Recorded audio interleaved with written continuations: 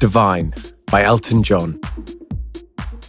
The very first time I saw Pink Flamingos, I fell for Divine. The film opens on a shot of her mobile home, surrounded by kitsch garden ornaments. Divine's in hiding with her misfit family because the tabloids have christened her the filthiest person alive. Her look is instantly iconic. Hairline shaved right back, a shock of tangerine hair and pointed high eyebrows. I felt an instant connection. Firstly, because she was so funny. Secondly, there aren't many human beings like Divine, a quintessential, true punk rebel. Divine was christened Harris Glenn Milstead, but was better known as Glenn. He grew up in Baltimore in the 50s, came of age in the 60s, and made friends with fellow upstart John Waters, with whom he developed his drag persona, a larger-than-life queen of filth, Divine. They collaborated on numerous guerrilla-style films shot in Baltimore with a cast of local characters, the freaks who lived on the outskirts of a society which explicitly rejected them, the grist to their artistic mill. They were the people your parents warned you about. Pink Flamingos was an exercise in deliberate, exquisite, poor taste. It purposefully revolted audiences everywhere, dotted with cannibalism, bestiality, and foot fetishism. It climaxes with a still supremely shocking scene of Divine's character eating dog shit, set with an auteur's perfection to the children's nursery rhyme, "How much is that doggy in the window?" The world and I had never seen anything like it. It was banned in numerous countries, so of course gained instant cult status. Divine mutated into an international star, continuing to make films with John Waters. Glenn took his beautiful, uproarious, divine creation and fashioned out of all its extremity a pop career. Just prior to his death, he even threatened proper commercial crossover with his iconic turn as Edna Turnblad, mother of the heroine in the fabulous movie Hairspray. Glenn played the exasperated all-American housewife to perfection. Gone were the foul antics of Pink Flamingos. It seemed as if Glenn would leave the dogshit behind and embark on a respected acting career. Perhaps he would even take male roles too. One is left wanting from the career of Divine. There are so many what-ifs. In spite of these, perhaps because of them, his legend is set in stone. My relationship with drag has been a lifelong love affair. The first time I ever saw anyone in drag was the early 70s. My manager, John Reed, also the first person I ever slept with, took me to Danny La Rue's club in London. I was a very sheltered gay man back then, and I didn't know much about this sort of thing. But schooled on the kind of campness sequestered away on Radio 4, like Kenneth Williams, I was hungry for it all. I had no idea real drag queens existed until that visit started the ball rolling. I quickly developed favourites: Lee Sutton at the Vauxhall Tavern, Regina Fong at the Black Cap in Camden, who I would incidentally later get to appear with at the Stonewall Benefit. The glamour of drag connected with something deep inside me. I can't remember the first time I dressed in drag privately, but it soon transpired into a public habit, and to this day comprises some of my happiest memories. If there was a chance to drag up, I would take it. I'd rented a house in Saint-Tropez on holiday with my friend Tony King, who's looked after me throughout my career. The first time I met John Lennon, another of Tony's designated charges, was on a video shoot for the Mind Games album, where Tony was in full drag as the Queen. So, Tony and I decided to throw a drag party in Saint-Tropez. The next day, I took some of the other people out in drag and had pictures taken privately by the swimming pool on the diving board. Unbeknownst to us, there were paparazzi in the bushes, and the photos ended up plastered all over Paris Match the next week. Another time in Hawaii, I came down to dinner at the Four Seasons in full drag, looking like Audrey Hepburn. I appeared on the front of Richard Avedon's Versace book in a sequin dress. I can make reasonable claims to being an actual cover girl, darling. I have paid my drag dues. When I came out as gay and met John Reed, he had so many gay friends and employees, it felt natural to give each other drag names. In a way, designating someone with a drag name was my way of telling them I love them. Drag is a communal sport. I like to get everyone involved. Tony became Joy. I became Sharon because I was so common. Rod Stewart was always Phyllis. Freddie Mercury became Melina after Melina Mercury, the Greek actress and singer. He was a real Melina, I can assure you. John Lennon became Carol Dakota after his New York building, the Dakota. If you can't think of the correct name, you go to the surname first and work it out from there.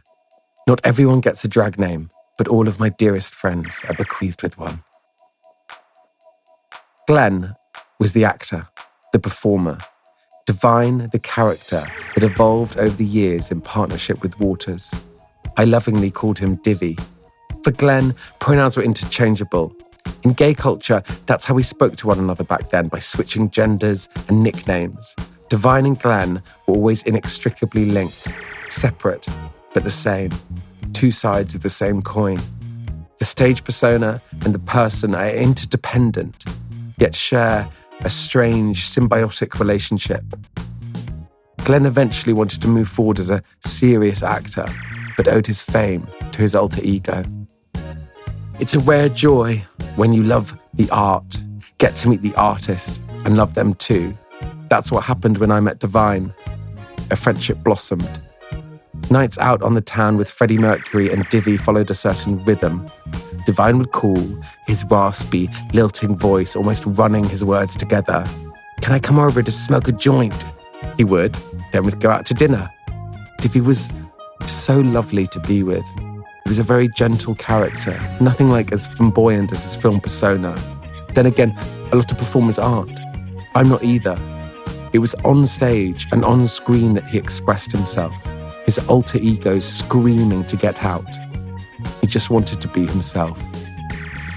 That's exactly who I was when I started wearing the costumes and flamboyant stage wear that would become synonymous with Elton John. In my shows, I'm forever stuck behind a piano, so the outfits had to count. I looked to people like Liberace, to anyone who had that essence of glamour within them and weren't scared to let it out.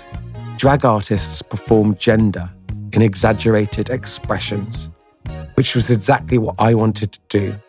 I lived my life so playfully and excessively in my 20s and 30s because I'd never had the courage to live it in my teen years. Like Divvy, I grew up in the 50s, a conservative era. I knew nothing about sex and wasn't allowed to wear the clothes I wanted to. Glenn's childhood had been very similar in that respect, and I could see that Divine's spirit was very close to mine. For both of us, as soon as we could, we just burst onto the scene. Boy, did we make up for lost time. In 1976, I invited Divvy on stage to perform with me for an encore at Madison Square Garden. In hindsight, perhaps I should have worn my band first.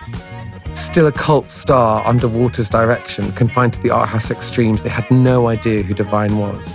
I sat at my piano and watched in awe as she climbed up the stairs to the stage in an amazing foil dress. One of her heels snapped on the stairs, but of course she styled it out, screaming into the mic, "Oh fuck, my heel's just broken." She rolled on stage and you could visibly read, "Who the fuck is this?" on the band's faces. They had absolutely no idea. That night was just me and Divvy having fun on stage in front of thousands of people. Divvy set something of a precedent on that show. On a later night of my tour, I came on stage in drag as Tina Turner in full What's Love Got to Do With It regalia, skirt, wig, everything. I didn't tell my band about that either. Just arrived on stage, sat down, and nobody knew who the fuck I was till I started playing. The New York club scene in the 70s was incredible. It was all about the music. Crisco Disco, Le Jardin, and 12 West were fabulous, even though one night Crisco Disco refused Divvy and me entry. We'd gone out for a lovely dinner and had both stolen ashtrays from the restaurant. We turned up at Crisco Disco, Divine in a caftan, me in some colourful, outrageous outfit. The doorman shouted, "What do you think this is? Fucking Halloween? You ain't coming in here like this." And Divine yelled, "Fuck you," exactly in the manner of Dawn Davenport in Female Trouble, and we both threw and smashed our ashtrays and hot-footed it off to 12 West to dance the night away. Divine and I certainly shared compulsive behaviours. I completely understand where Divvy ended up. I was just as ravenous for my addictions as he was for his. Luckily, they didn't kill me because I saw the light. For Divvy, eating got so out of control that he became very unhealthy. I didn't do drugs all the time and was lucky in that sense that I worked frequently on the road. If drugs had kept me from touring, I'd be dead by now. There were periods when I got and stayed clean, but I always went back to the drugs. I finally got clean for good in 1990. It's different for everyone. As much as I love Divi, I can't tell you what was going on inside him. Divine passed away from a heart attack in 1988, just after the triumphant Hairspray premiere. It was the night before shooting was to begin on a role in the sitcom Married with Children. Divi was about to finally fulfill his dream of performing as Glenn, as himself, out of drag in a major role on television. For me, Glenn's death will always feel tied up with the height of the AIDS epidemic. It isn't just the coincidence of the timing at the height of the pandemic. His life and career were cut short just as he was breaking into the mainstream, on the eve of his acceptance as Glenn. That feeling of lives being cut short, abbreviated at the precise moment they were blossoming was commonplace. It was simultaneously heartbreaking. In the 80s, we lost an entire generation of young gay men in their prime. It was a period of intense loss. Horrific both for me personally and for the gay community as a whole. I was losing 2 or 3 people a week, and it was all so overwhelming. The press called AIDS the gay plague, as if we had caused it. No one cared about what was happening. It was fucking frightening. I didn't do enough. You had to get your hands dirty. You had to be there on the front line. Eventually, the incredible ACT UP activist Larry Kramer became a good friend and ally. But I should have been there for him years before I was. I started the Elton John AIDS Foundation to try and make up for lost time. I'm not particularly religious, but I built a little chapel in my house, full of plaques of people who died of AIDS, the names of people I love. I go there to remind myself there's still a lot more work to be done. We've made some incredible advances medically, of course. We now have PrEP and antiviral drugs, but we still have to address the stigma and fear which prevent people from getting tested, and the lack of education that prevents people from understanding that being HIV positive isn't the death sentence it once was. There's still a lot of work to do, but it is not insurmountable. As a community, we can stand together to face it. Divine was the best of us. He was so brave, unique, and fearless. He laughed in the face of a conservative society which ridiculed and rejected him. But Divi internalized a lot of that trauma and pain that certainly led to his premature death. That's why we need to protect the next generation of LGBTQ+ people, especially those challenging gender norms, so that they can go on to have long, happy, brilliant lives, living however they want to, saying fuck you to all the hypocrisy, fear, and shame built into so much of mainstream society. I rewatched Female Trouble about a month ago with my husband David and was utterly overwhelmed by how ahead of its time it was. Divine was a ray of sunshine.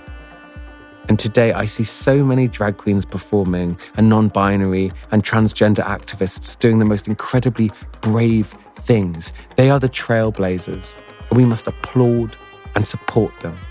That's what the Elton John AIDS Foundation does.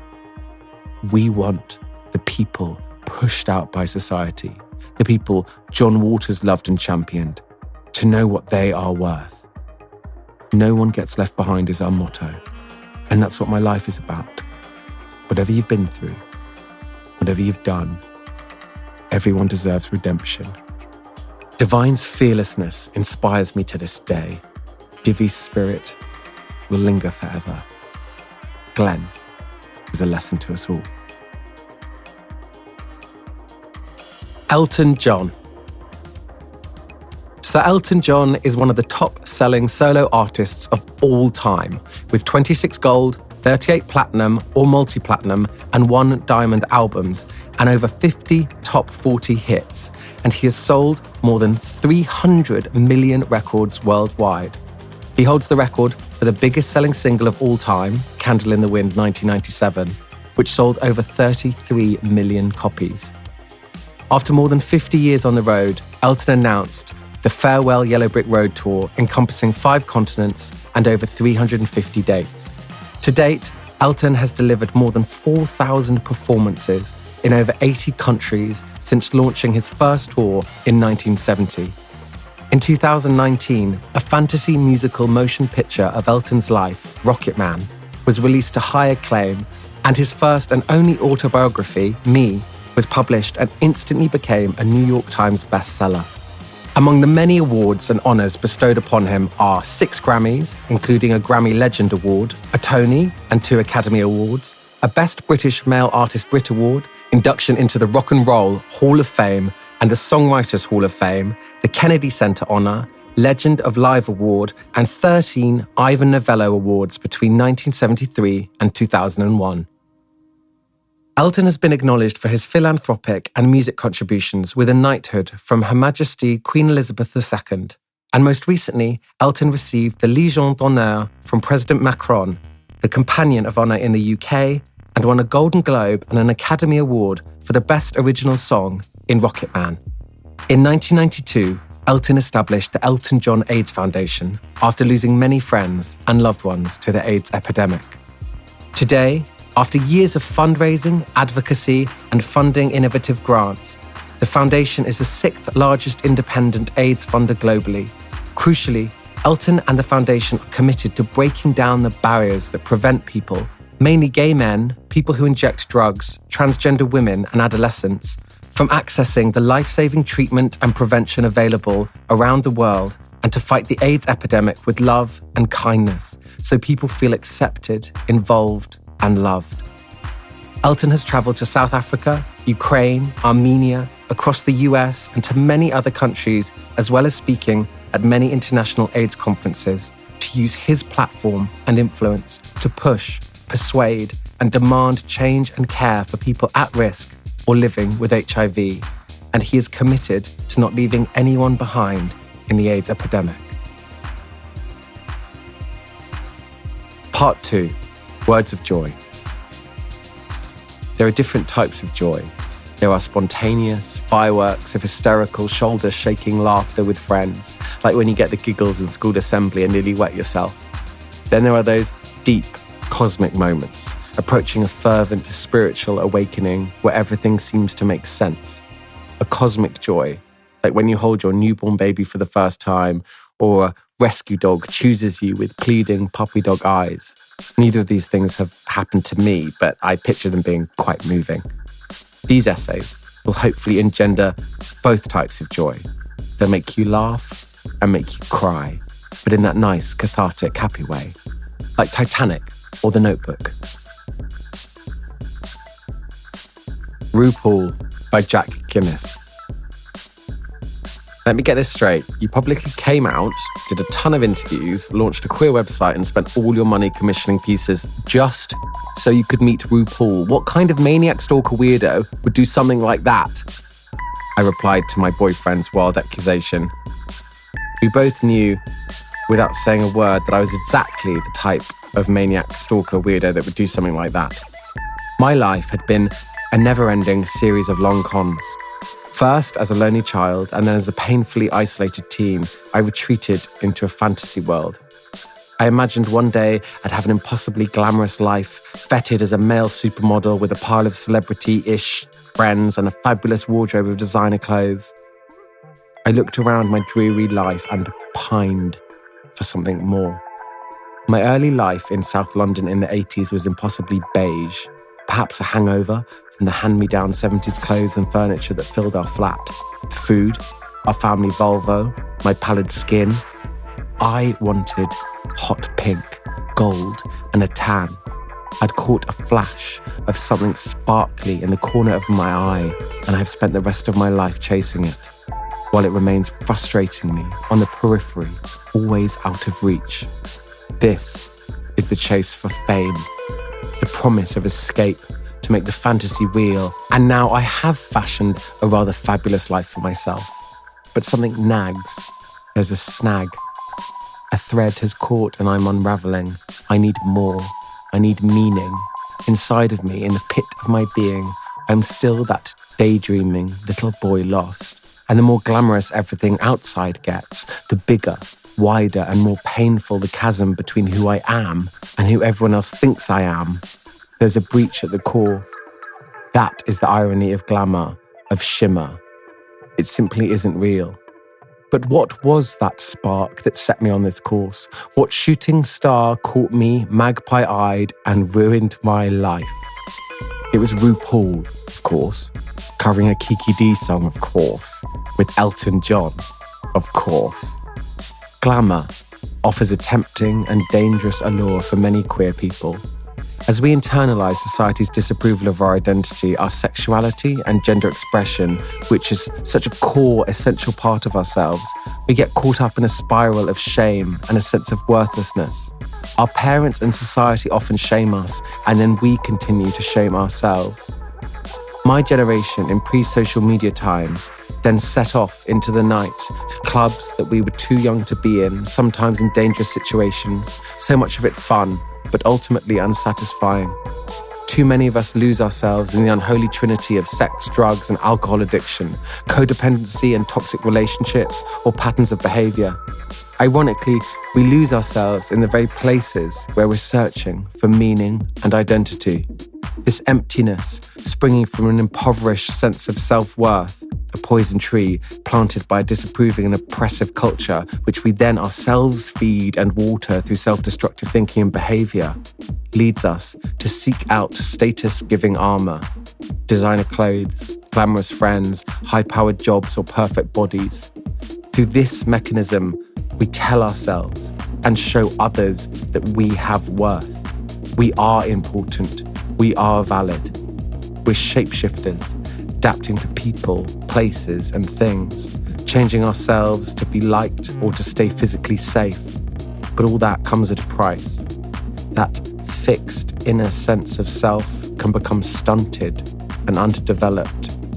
When we feel worthless on the inside, no wonder we're drawn to external objects that give a sense of worth. Then we enter the gay community and find it inevitably infected with much of the toxicity of straight cis society, namely the two pillars of colonial patriarchy, money and power, with racism and misogyny, which reveals itself as effeminacy shaming, as the methods of keeping those pillars in place. White gay men have a special responsibility to unpack and challenge these concepts. Our trans and lesbian family fought so hard for our rights, and in this ongoing and seemingly worsening climate of violence and oppression directed at trans people, in the unchecked power of institutional racism and misogyny, we must now show up and fight on their behalf. Never before have there been more resources for white gay men, and white people in general, to educate ourselves about our privilege, our history as colonial oppressors that have created the systems that we benefit from, and face our whiteness and the politics of race, which, as René Edo-Lodge writes, operates on its own inherent invisibility. Our challenge now, as individuals and as a global queer community, is to develop a strong and consistent identity, imbued with a sense of self that is internally generated, not externally signalled. Through years of therapy, thank you to my therapists who have saved my life and given it meaning, I have further developed this inner, unchanging core self. I believe the power of community, of seeing ourselves mirrored in each other, feeling seen, connected, and loved, also develops this authentic self. Intersectionality, the interconnectedness of different marginalised social groups and our overlapping interests and rights, is the LGBTQ+ community's greatest strength. We are woven together, not just through our oppression, but by the wonderful difference and uniqueness that makes us targets of hatred in the first place. Through telling our stories and listening to the stories of others, we develop a healthy, boundary connectedness that reinforces us on a deeper level, moving us away from the external status signifiers and identity masks, allowing us to move into maturity and wholeness. I spent years as a male model selling a certain type of performative masculinity. I was told by agents to butch it up, whatever that means. I policed my mannerisms, trying not to appear too feminine. I adopted what Matthew Todd refers to in his fantastic book of the same name as a straitjacket. I was performing oppressive drag, the opposite of everything real drag stands for. I wasn't challenging, exploring, or playing with gender. I was hiding behind its most restrictive, socially acceptable forms. I was complicit in my own imprisonment, trapped in toxic masculinity. What a miserable existence. After coming out publicly, or rather breaking out, I felt able to be my true self. I stopped internalizing a sense of shame that others were projecting onto me. I'm trying to stop self-shaming. Our inheritance as queer people is not shame. It is hope and love. Having to question, explore, and claim your sexuality and gender, and often be oppressed for it, can create empathic, thoughtful, and inspiring human beings. We are descended from a long line of pioneers, our history stretching back through human civilization across endless cultures. We must walk tall in that legacy, knowing that in spite of and because of our suffering, we are brave, awesome, and powerful individuals. We are a family. I was 12. The year was 1994. In a music video playing on a Saturday morning music television show, was it Going Live or CD UK?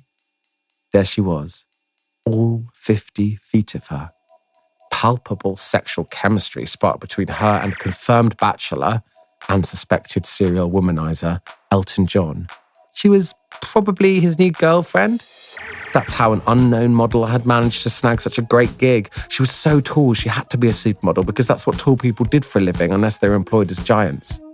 Something deep down inside me knew she wasn't simply a woman. She was beyond the binary. She wasn't simply a man either. She was something more than the sum of her parts. A magical, forbidden, taboo creature sent to tempt, inspire, and drive us mad.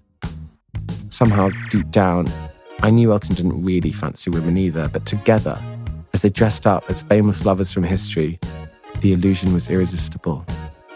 I suppose I knew there was something different about Elton John before I really understood what being gay meant. He was rebellious, boundary crossing, and didn't care what you thought of him. Before we know. Gay people are drawn to each other before we understand our sexuality as outsiders, as breakers of norms, as the rejected. We sense a shared secret revealing itself through pain or wild abandon. Clues, glances, and nods pull like magnets. The dejected John, desperate for his father's love in James Baldwin Go Tell It on the Mountain, drew me in long before I read Giovanni's Room or discovered James's homosexuality. George Michael's rebellious anti-establishment streak, cheeky wink, and camper-than-camp videos lit a fire in me. A boy crying alone on a train in Bronski Beat's Small Town Boy climaxed into falsetto, bringing tears to my eyes without me knowing why.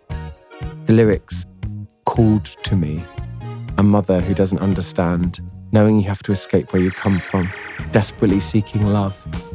And so RuPaul burst through my television in an off-the-shoulder Brett on top, a 6.5-foot-tall black siren in a ginormous blonde wig, calling me out from my miserable beige life and promising to take me away to somewhere fabulous.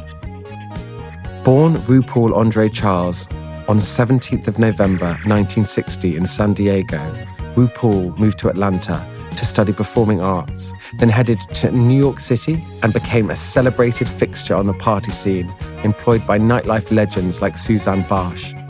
Female impersonation happened by happy, gay accident. Performing in a gender-fuck punk band, one night, Ru dragged up and the crowd went wild. RuPaul listened to the universe's stage direction and didn't look back. This is one of Ru's greatest lessons for us. We all have neat, fixed ideas about who we are and what we want to do in life. In the moments where I've relinquished control and expanded my narrow view of myself, I have found joy and success. Read the clues. Ru didn't necessarily grow up wanting to be a female impersonator, but when he smelled a hit, he seized the moment, making it his own. He became an international pop star with a single Supermodel, won a trailblazing MAC Cosmetics campaign, and as their spokesperson, raised funds for the MAC AIDS Foundation. After a few years in the wilderness, though he never stopped gigging around the world, RuPaul returned with Drag Race, a simultaneous pastiche and celebration of reality TV shows such as Project Runway and America's Next Top Model. It was turned down by every major network and eventually found a home on gay-centric cable channel Logo TV. Now, the show calls the very mainstream VH1 home, with past seasons streaming on the international digital monster Netflix. Drag Race is a global phenomenon, spawning spin-offs, tours, live shows and events, as well as international versions in the UK, Thailand and Holland. It relaunched RuPaul on the global stage and ironically allowed him to appear as RuPaul out of drag for the first time. They're still wearing some fabulous outfits. What a strange, wild journey. RuPaul took a risk and detoured into drag whilst remaining true to his punk values. The acts and hosts, both in and out of drag, celebrated as the powerful human that he is. RuPaul sees his work as a challenge to identity stereotypes in politics, telling Vogue, "We live in such an egocentric world where identity is king, and we've elected this poster child for the ego in the USA. Drag is the perfect balance to that mentality. Ego is all about saying, I'm better than you are, and drag says, you are not your clothes. You are not what it says you are on your birth certificate. You are a creation of your own imagination." I simply cannot overstate how much Drag Race brings to my life and into the lives of millions of people around the world. I am never happier than when I'm watching Drag Race. Watching the show, I feel like I've come home. I'm with my chosen family. It creates a connectedness with a global queer community that hasn't existed before, set firmly in the mainstream. When I was a teenager, I had to desperately seek out any literature, film or television shows that made me feel less alone. I could never have imagined that our community could come out of the shadows and not just be tolerated but celebrated. It is legacy making, shaping our culture. Now, through the global popularity of Drag Race, RuPaul sets the agenda for his legion of fans, subverting the mainstream by inspiring a generation of queer and straight youth. Ru rightfully remains a poster child for misfits and Generation Queer. He's not here to make us feel safe. He wants to challenge and destroy, burn it all down and start again. His punk impulses are seemingly at odds with his mainstream success and engagement with consumers' culture. One in-joke of Drag Race is that Ru always seems to have a new product to peddle. The joke resonates because it's true. We're all full of tensions and contradictions. Ultimately, Ru's work is about ripping off the illusions we cloak ourselves in, questioning our very identity. We're all born naked, and the rest is drag. RuPaul's hosting style references the catchphrases and performances of iconic film stars and performers, from Joan Crawford to Liza to blaxploitation films. It was these references, some obvious, some frustratingly obscure, that inspired me to create the Queer Bible in the first place. I wanted a place where I could immerse myself in the same cultural landmarks that RuPaul had been exposed to. The AIDS epidemic robbed us of an entire generation who would now be our elders, queer people who could educate, show us the films, play us the music, and let us in on the jokes that make up queer culture. Drag Race is a gateway drug into queer culture. You want to know why reading is fundamental? Watch Paris is Burning. Who owns 51% of this company? Watch Faye Dunaway as Joan Crawford in Mummy Dearest. My girls are Maggie Smiths in the prime of Miss Jean Brodie. And Ru's catchphrases themselves have entered the popular lexicon. As depicted in the iconic film about the New York drag ball scene Paris is Burning, we need drag mothers to initiate us into our mysterious, wonderful and subversive birthright. Now everyone has access to a drag mother. In turn, RuPaul inspired me to create the Queer Bible, to create something beyond myself, something real, a platform for others to tell their own stories in their own voices, a space and community for the next generation who can joyously celebrate our culture and educate us about evolving concepts of gender and politics. By looking back, we are empowered to look forward, As a child, the shallow and bombastic caught my eye. Now I'm reaching towards something deep and solid. Rue has claimed passing through the glamour and lure of New York nightlife and Hollywood a meaningful path.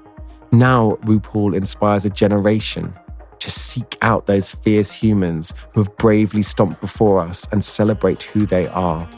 I think back to that little boy watching RuPaul on television. Rue appeared as a fairy godmother, travelling by my side. I think of all the confusion, bullying, and suffering that was to come for me. So many times I wanted to give up, but I'm so glad I carried on. On the other side of that pain was a beautiful life. Little Jack would accept himself, repair relationships with his biological family, and would find an additional chosen family in the queer community. He would eventually be happy, be proud, and love who he is. I thank RuPaul for showing me that is possible. As Rue says, if you can't love yourself, how in the hell are you going to love somebody else? Can I get an amen? Jack Guinness. In a recent profile, British GQ described Jack Guinness as the coolest man in Britain. Cambridge-educated Jack Guinness began his career as a model, starring in global campaigns for brands such as L'Oreal, Dunhill, and Dolce & Gabbana. As a writer, style, and fashion commentator, he has contributed to Sunday Times Style, Vogue Italia, The Guardian, British GQ, Gentleman's Journal, and Tatler. In digital, Jack has developed and starred in content for Gucci, Ralph Lauren, Vogue, Vice, and GQ.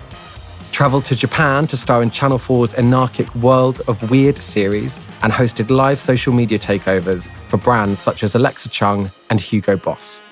Guinness is proud to be on the British Fashion Council's Advisory Style Council for London Fashion Week Men's and passionately champions young designers and British manufacturing. Jack was recently announced as a contributing editor for British GQ magazine. Jack publicly came out in an interview with The Guardian and launched the LGBTQ+ community, the Queer Bible, which celebrates the works and lives of the global queer community. Jack's new project is the Queer Bible podcast, with guests including Sir Ian McKellen, activist Monroe Bergdorf, and Drag Race's Courtney Act. Jack also read his own profile in the third person, which was pretty weird. The Adventures of Priscilla, Queen of the Desert by Courtney Act, read by Jack Guinness. Priscilla, Queen of the motherfucking desert. What a movie. What a lifeline. A glimmer of hope growing up in the queer, barren desert of working-class suburban Australia in the mid-90s. I was 12 at the time, and by no means living a life as queer, loud, and proud as I am now, nor was the world at large. Priscilla was a cultural anomaly that was the highest grossing Australian film of 1994. It won an Academy Award and a BAFTA. It was celebrated at the Sydney 2000 Olympics closing ceremony when a parade of drag queens recreated a scene from the film in what was the first open involvement of queer people in an Olympic event. It was also turned into a musical that has been performed around the world, including in the West End in London and on Broadway, where it won a Tony. This wasn't a niche, underground queer delight. Families put on their Sunday best and set off to the flicks to see the movie that everyone was talking about, a movie about 3 Sydney drag queens driving a bus they had named Priscilla, Queen of the Desert, into the centre of Australia. My dad remembers our family sitting down to watch Priscilla on VHS in our very 90s black and white living room. White wool Berber carpet, black leather couches, black and white damask pleated balloon curtains, even a big black and white print of that Michael Ox photo of Marilyn Monroe leaning over a high-rise ledge with the New York City skyline in the background. But the real prized possession was our big black, keep your mind out of the gutter please, wood veneer entertainment unit, which housed our giant 56cm cathode ray tube television. It felt like I was sitting in Kansas staring into the technicolor dreamworld fantasy of Oz. On the screen, I saw a glittery rainbow that ranged from the holographic green sequins on Hugo Weaving's dress to the stunning sunburnt landscape of the Australian outback. My dad particularly recalls when the credits rolled, me belting out opera and mimicking Guy Pearce's iconic scenes lip-syncing to La Traviata. His character Felicia was wearing a silver fish-scale jumpsuit, sparkly silver and black makeup, and a glittering silver turban. He was sitting on a giant silver high heel strapped to the top of a silver bus hurtling through the desert with giant lengths of silver lame billowing behind. In my rudimentary homage, I ran up and down the house, high on my tiptoes, from room to room, across wooden floorboards to linoleum to the aforementioned wool Berber, with one of my mum's silk scarves trailing behind me. I'm sure across the country many young drag apprentices were doing the same. The inspiration didn't stop there. Later that year, I was on a bus tour of my own, but instead of 3 drag queens, it was 40 high school-aged kids, though at least 3 of us did turn out to be drag queens. We all went to the same theatre school, the Fame Theatre Company in Brisbane. And just like in the film, we drove from regional town to regional town, from Bundaberg to Balolia and to Gladstone, performing a show called The Spirit of Christmas. We performed this semi-educational show for other school-aged kids in non-air-conditioned theatres, wearing mostly synthetic fibres on 40-degree tropical summer days across the great southeast of my home state, Queensland. Yes, I was actually born in Queensland. On the 14-hour drive to Rockhampton, someone slipped the Priscilla soundtrack into the cassette player, and I, gingerly perched over the back of a bus seat, began lip-syncing I Don't Care If the Sun Don't Shine by Patti Page, just like Felicia. On the last night of the tour in Toowoomba, after we had bumped out the set and packed up the costumes, we had a rap party, which was a talent show for our fellow cast members. We were teenagers, so it wasn't your traditional cocaine and hookers kind of thing. That came later. My friend Scotty and I decided to do a number together. For some reason, he had bought wigs from his costume box at home, and we borrowed some wardrobe from the girls. There we were, in curly pussycat wigs, a smear of lipstick, a lick of mascara, and me in an itsy-bitsy teeny-weeny mambo pink and blue bikini. Inspired by my prior scene-stealing performance, we encored I Don't Care If the Sun Don't Shine, and it brought the house down. One of those things that people who were there still talk about today. It was a memorable moment and my first time in drag. But Priscilla didn't just inspire camp moments. It humanised queer people in a way that hadn't been done before in Australia. It cut through with sensational drag that demanded to be looked at, then connected on a much deeper level with heart, storytelling and humour. Audiences saw behind and inside the lives of these 3 heroic misfits who were on their journey to Alice Springs. Hugo Weaving's character Tick, aka Mitzi Del Bra, gets a call out of the blue from his ex-wife calling in a favour. She needs an act to perform at Lassiter's Hotel Casino, which she manages. Omitting the part about the wife, Tick asks Felicia to join him, along with older trans woman and drag performer Bernadette, played by Terence Stamp. As the movie sets off, we see the girls at each other's throats and bitching about their lives in Sydney, and it's revealed that not only does Tick have a wife, but also a child. The girls arrive at the first town, Broken Hill, and after losing a card game, Tick reluctantly agrees to do 1 lap for the main drag in drag.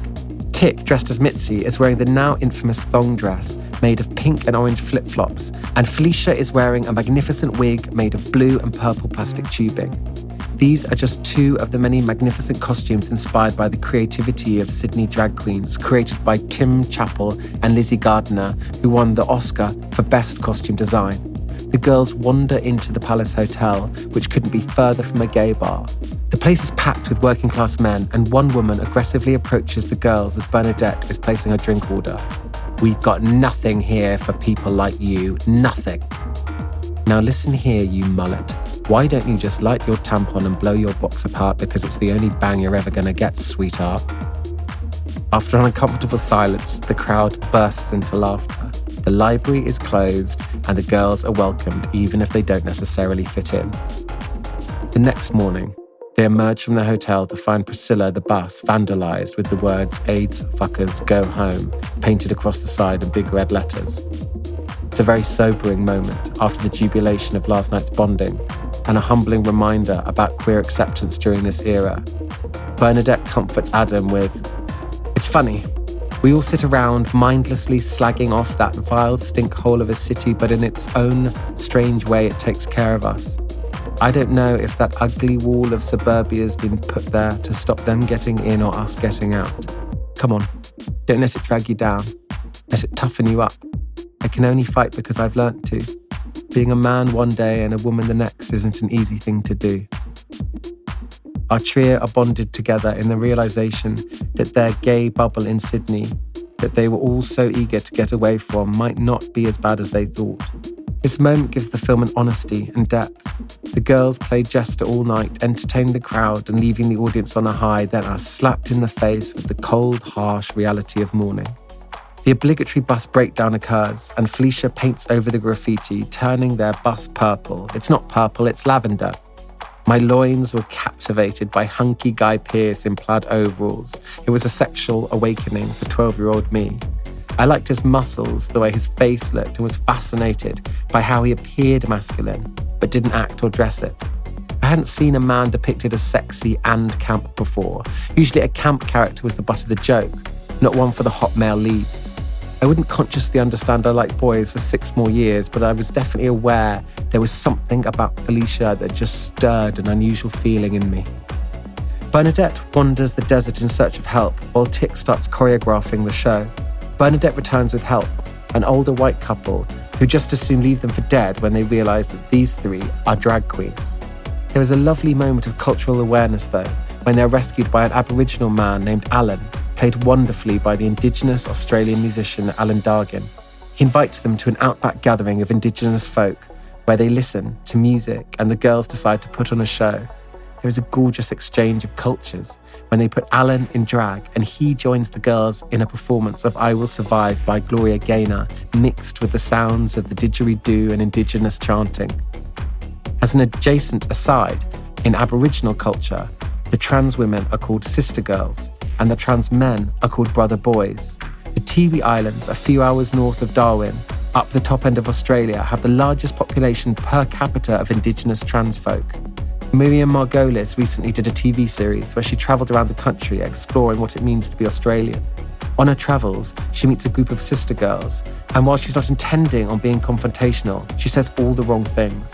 Pointing out facial hair in one of the girls, Miriam says, "To be a woman, you're going to have to get rid of that stuff because that's what women do." Thankfully, one of the girls, Crystal, is there to school Miriam. In our culture, we respect that person regardless of their looks. So me telling you to shave is stupid of me. I should have known it's not what you look like outside. It's who you are and how you feel. It's a moment that reveals the wisdom and nuance of Indigenous cultures that we could all learn from. Priscilla's tone is uniquely Australian because it doesn't take itself too seriously. In the context of the time, that felt necessary because its self-deprecating comedy created a crack in the otherwise hard exterior of Australian machismo and allowed the storytelling to penetrate and connect on a human level. In her smash hit 2018 show Nanette, Australian comedian Hannah Gadsby has shown how far we've come when she speaks about self-deprecating humour. Do you understand what self-deprecation means when it comes from somebody who already exists in the margins? It's not humility, it's humiliation. I put myself down in order to speak, in order to seek permission to speak, and I simply will not do that anymore, not to myself or anybody who identifies with me. It's really fascinating when it comes to social movements, whether it be queer folk, people of colour, disabled people or women, how we've changed our approach to things now.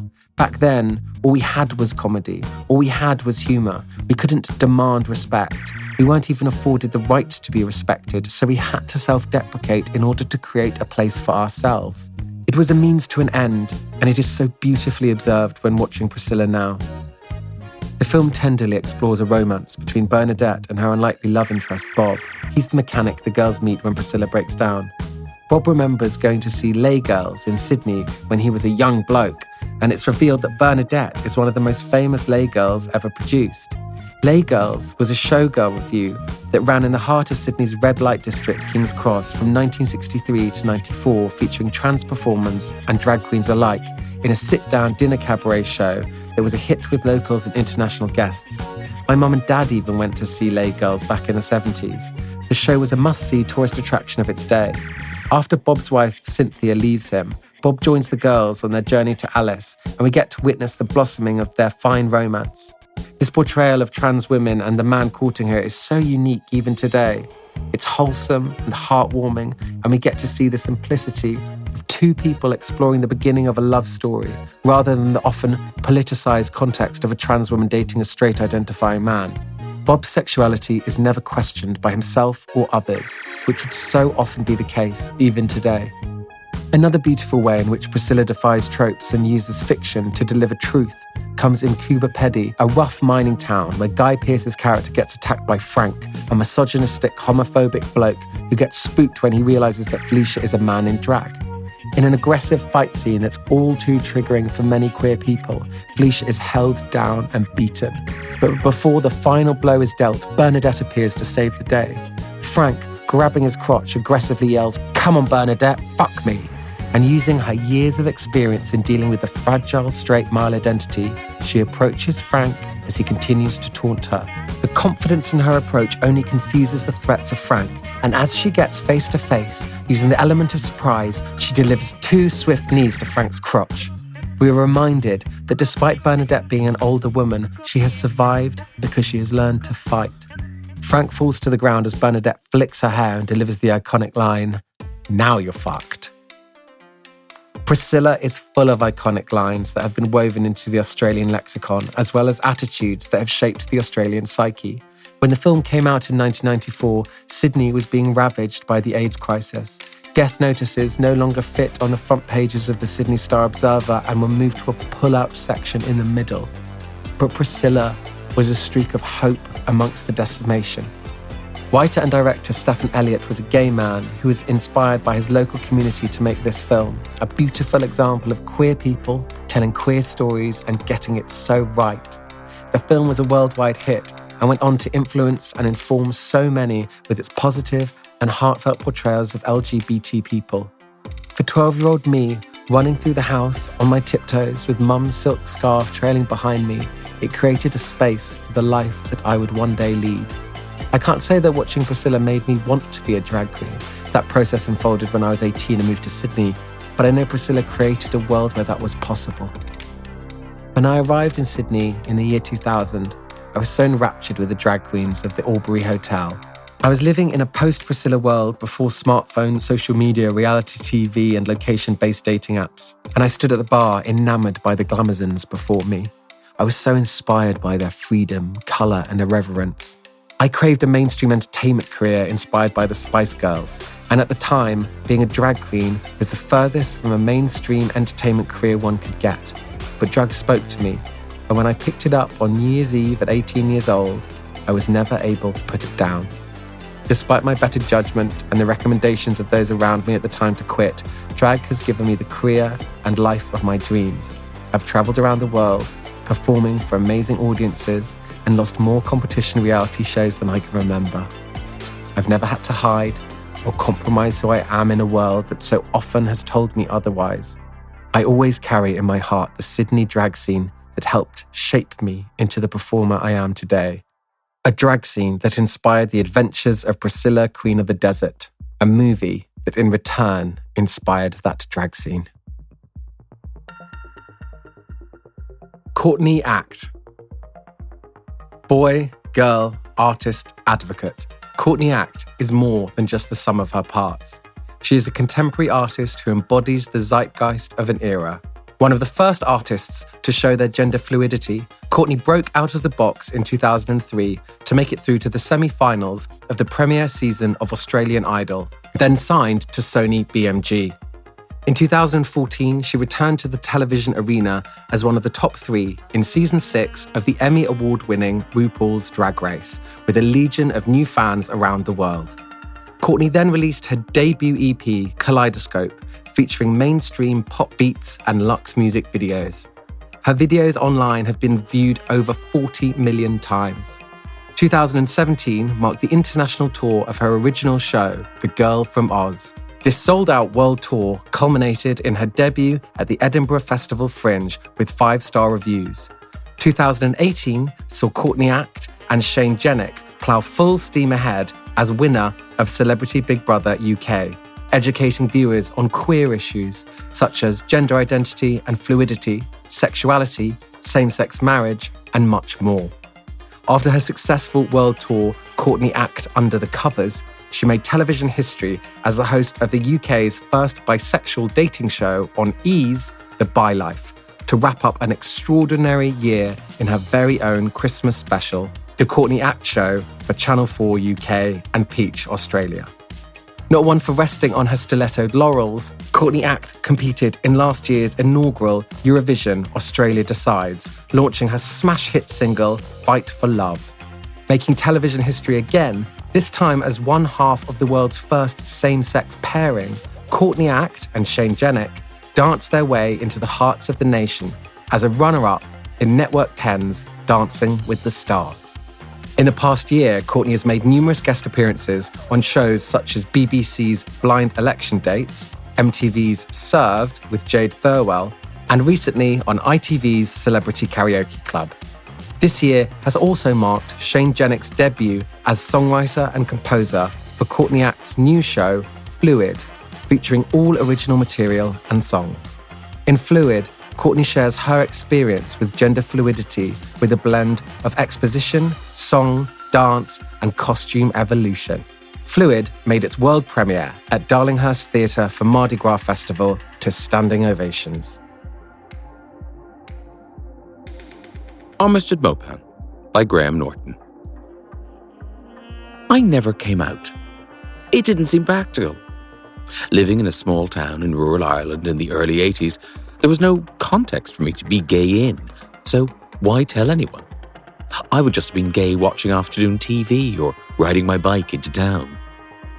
With no prospect of being gay in the very important boy meets boy scenario, I felt it would have just upset everyone without any real benefit. Instead, I resolved to go where the boys were. My plan was to take my J1 visa from university and travel to Los Angeles for the summer. I had a pen pal there, David Filippando, who had revealed in his letters that not only was he gay, but that he was doing something about it. In fact, he was doing quite a lot about it. Every month or so, I would receive what was essentially handwritten porn on thin blue airmail paper. It seemed that David would be the perfect person to show me the ropes. I know it seems ridiculous that the closest gay person I could find was 5,000 miles away, but subconsciously, that was probably how I wanted it. What was harder to understand was my chosen route to LA.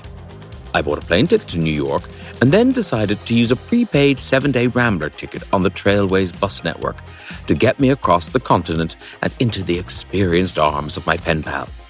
This plan might have worked, except that my 20-year-old self felt that a map of any kind seemed simply too prosaic and middle-aged to even consider. I was going from one coast to the other. How hard could it be? Well, given that my week-long Rambler ticket ran out as the bus came to a shuddering halt at the San Francisco bus station, it seems it was more challenging than I thought. The journey should really only take 4 days. In retrospect, perhaps my diversion to Boulder, Colorado to see where Mork and Mindy was set had been an error. Another day had been lost for a pointless layover in Little Rock because of the song that Marilyn Monroe and Jane Russell sing in the movie Gentlemen Prefer Blondes. Did I mention I was not actually out at this point in my life? Like a scene from a bad movie about a young man arriving in San Francisco, as I stepped bleary and aching from the bus with my backpack weighing heavily, a flatbed truck came around the corner with 3 drag queens waving and screaming on the back of it. Obviously, I knew that the city had a reputation for being gay, but nonetheless, this seemed a little overstated. It transpired that I had arrived on the day of Gay Pride. I walked up to Market Street and watched the parade go by. Actual Grace Jones on a float singing to me. My Irish head and heart were close to bursting. In amongst the drag queens, leather daddies and grey-haired proud parents marching in solidarity with their children, I remember seeing some placards with the initials AIDS on them. When asked, the pleasant woman standing beside me on the sidewalk explained happily, "Oh, it's a bad disease they get." I had a vague recollection of reading something about it deep inside the Cork Examiner, a type of cancer, I thought. Other groups on the parade were angry that the city had forced the bathhouses to shut their doors. The day had slowly turned from being a celebration of pride to a closing down party. Short of money, and with no more ticket to ride, I never did get to LA. Within days, I had found a job doing the breakfast shift in a new faux French cafe in the financial district, and I was renting a room in a hippie commune. At work, I was surrounded by a young, hip crowd interested in movies, clubbing, and cocktails. They were precisely the type of Americans I imagined I would be hanging out with. Back home in the commune, I was surrounded by well-meaning, often earnest people who were focused on building a better future. The precocious, faux world-weary young man I had been back in Ireland would have wasted no time in mocking these hippies and their impossible dreams. But now, actually living amongst them, I found there was something about their sincerity that was infectious. The way they accepted me with no questions asked was humbling. I knew that I was just a sarcastic little cynic, only interested in their extremely affordable rent. But the manner in which they approached me, assuming I was a better, bigger person than that, made me want to be the man they thought I was. I sometimes wonder who I would have become and what direction my life might have taken if I had never met those hippies. Despite life in the commune feeling quite removed from the rest of the city, every morning the San Francisco Chronicle was delivered with a satisfying thud onto the steps that led from the street up to the front door. The various sections got handed around as we breakfasted on bowls of something so healthy it wasn't immediately identifiable as fit for human consumption. There was one column I'd noticed but never read. It was called Tales of the City, and was, as far as I could tell, a continuing fiction series. I assumed it must be awful. If a writer was any good, why would they be penning a daily soap opera in the newspaper? This particular morning, however, it caught my eye. A character, Michael, was visiting London and noticing the differences between leather bars in San Francisco and the ones in Earl's Court. It was funny and frank and didn't seem like the sort of thing that should be appearing in a daily newspaper. The next morning, I went back for more. I was hooked. So much has been written about Armistead Maupin and the extraordinary success of the world he created in Tales of the City. Mary Ann, Michael, Mrs. Madrigal, all living and loving in the ramshackle splendor of 28 Barbary Lane, an address as real to me as any that have ever been my actual home. People quite rightly focus on his storytelling, the characterizations, the humor, and the huge amount of heart in his work. For me, there was also something else, something life-changing and important. He wrote about gay men and women, but that wasn't their defining feature. Their sexuality wasn't a problem or a secret. It was simply an unapologetic part of their lives that also had room for friends and jobs and many, many twists and turns. For me, this was revolutionary. These were gay people that were hedonistic at the same time as being domestic, political as well as playful, happy and heartbroken. Being gay hadn't crushed them or forced them to live in a constricted box. It was only through reading Tales of the City that I slowly realized that previously I hadn't thought that possible. I had read stories featuring gay characters before. In Ireland, I had nervously bought a book called The Other Persuasion. It was an anthology of stories exploring the theme of homosexuality in fiction. Reluctantly, I had permitted myself to buy it and bring it home because it contained work by such luminaries as Marcel Proust, E.M. Forster, Gertrude Stein, and Gore Vidal. My mother mightn't have welcomed it into the house, but she couldn't forbid me from owning literature. One might assume that reading so many stories featuring gay characters might have helped me accept my own sexuality. But when the tales are a litany of rape, incest, suicides, and blackmail, all they do is shut the closet door just a little bit tighter. In Tales of the City, Armistead Maupin allowed his characters to live in the light. The shadows of the night in his world were reserved for criminal activity and subterfuge, not people finding their truth in love and sex. After my time in San Francisco, I moved to London and the next phase of my life, trying to be an actor and living as an out gay man, much closer to home. Memory fails me as to why I didn't know that Armistead's columns had been collected into novel form. In fact, the stories I'd been reading in the morning paper went on to form the fourth novel, Baby Cakes. I think it was a fellow waiter who turned me onto the books, and I devoured them. It was like going back to the San Francisco I had loved. spending time with his characters who were every bit as real to me as the friends I had made in that city. Normally, after finishing a book, there is a sense of accomplishment or satisfaction, but not with the end of these novels. It's far closer to a sense of loss. As you turn the final page, you are being served an eviction notice from 28 Barbary Lane. The book closes, a door slams. I really can't think of any other fiction that has made me feel this way. Happily, Armistead continues to create. There are 9 books in the series altogether. The final one, The Days of Anna Madrigal, was published in 2014 and was the perfect conclusion to the series. Now he is busy going back to the stories I read with a mouthful of funky granola in 1983 as he explores that period of Mona Ramsey's life. I can't wait. Having interviewed many authors over the years, I have regretfully come to the conclusion that quite a few are best encountered between the covers of their books. That is where they are at their best. Not so Armistead Maupin. He is that rarest of birds, a writer who is as engaging, entertaining, and inspiring as his work. I first met Armistead in 2004. It was Gay Pride in San Francisco, almost 20 years since I had stumbled upon the parade, and I was now one of the Grand Marshals, along with Alan Cumming and Bruce Valanche. Late one night, we ended up in Armistead Maupin's house. It was like being wrapped in the pages of his books. Transformed into a sort of Mr. Madrigal, Armistead played host to the great and the good, the waifs and the strays, in his beautiful, tall, thin house, looking over the lights of the city he had made so many readers fall in love with. The distinctive aroma of weed mingled with the damp summer evening air.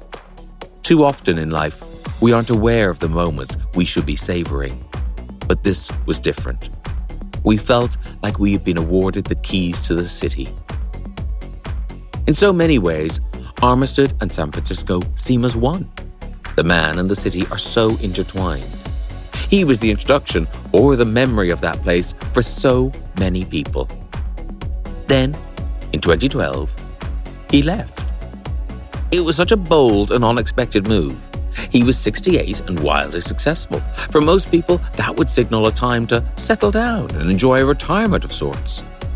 For Armistead, it was instead a moment to walk away from his life, the world he had created, and start again in New Mexico with his husband, the photographer Chris Turner, and Philo, their labradoodle.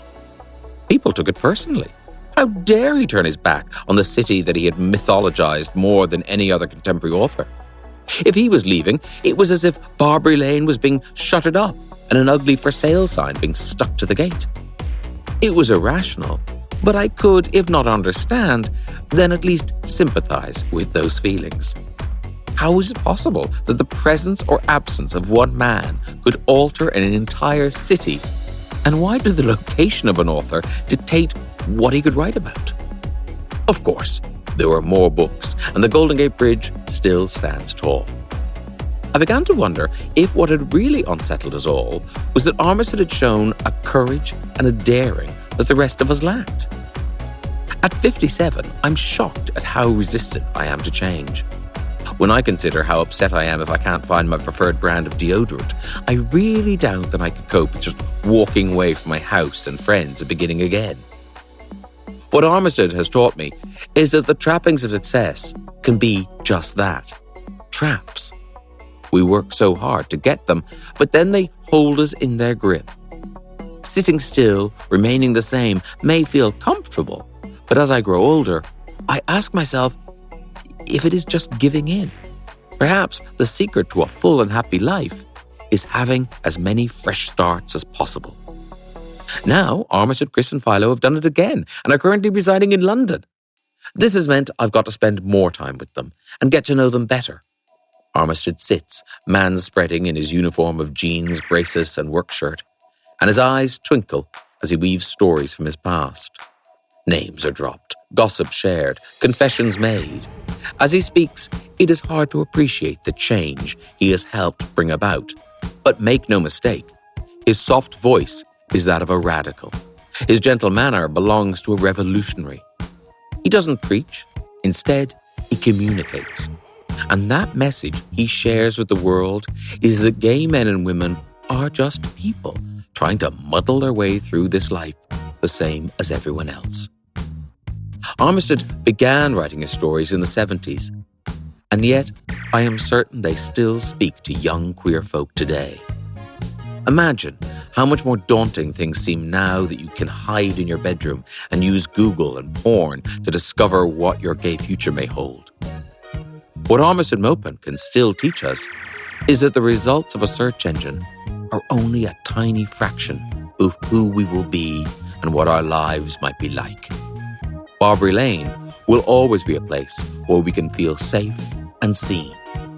And ultimately, isn't that what everyone wants? Thank you, Mr. Madrigal. Graham Norton. Graham Norton is one of the UK's best-loved presenters, and he has picked up almost every TV award going, including numerous BAFTAs, National Television Awards, and International Emmys. His tenure as the UK's premier chat show host started on Channel 4 in the late 1990s with So Graham Norton and V Graham Norton, and continues now on BBC One with The Graham Norton Show. Since moving to the BBC, he has hosted numerous hit shows, including the BAFTA Film Awards, the BAFTA Television Awards, Elton John Uncensored, Adele at the BBC, How Do You Solve a Problem Like Maria, Any Dream Will Do, I'd Do Anything, and Let It Shine. He's been hosting the iconic Eurovision Song Contest for over a decade and hosts his own Saturday morning show on BBC Radio 2, now the highest-rated single radio show in Europe. Most recently, Graham has appeared as a judge on the smash hit RuPaul's Drag Race UK, BBC. As a writer, Graham has written 2 hugely successful memoirs. His debut novel, Holding, was released to critical acclaim and huge commercial success in 2016. And his second, A Keeper, was a Sunday Times bestseller and was shortlisted for the National Book Awards. In 2020, he published his third novel, Home Stretch.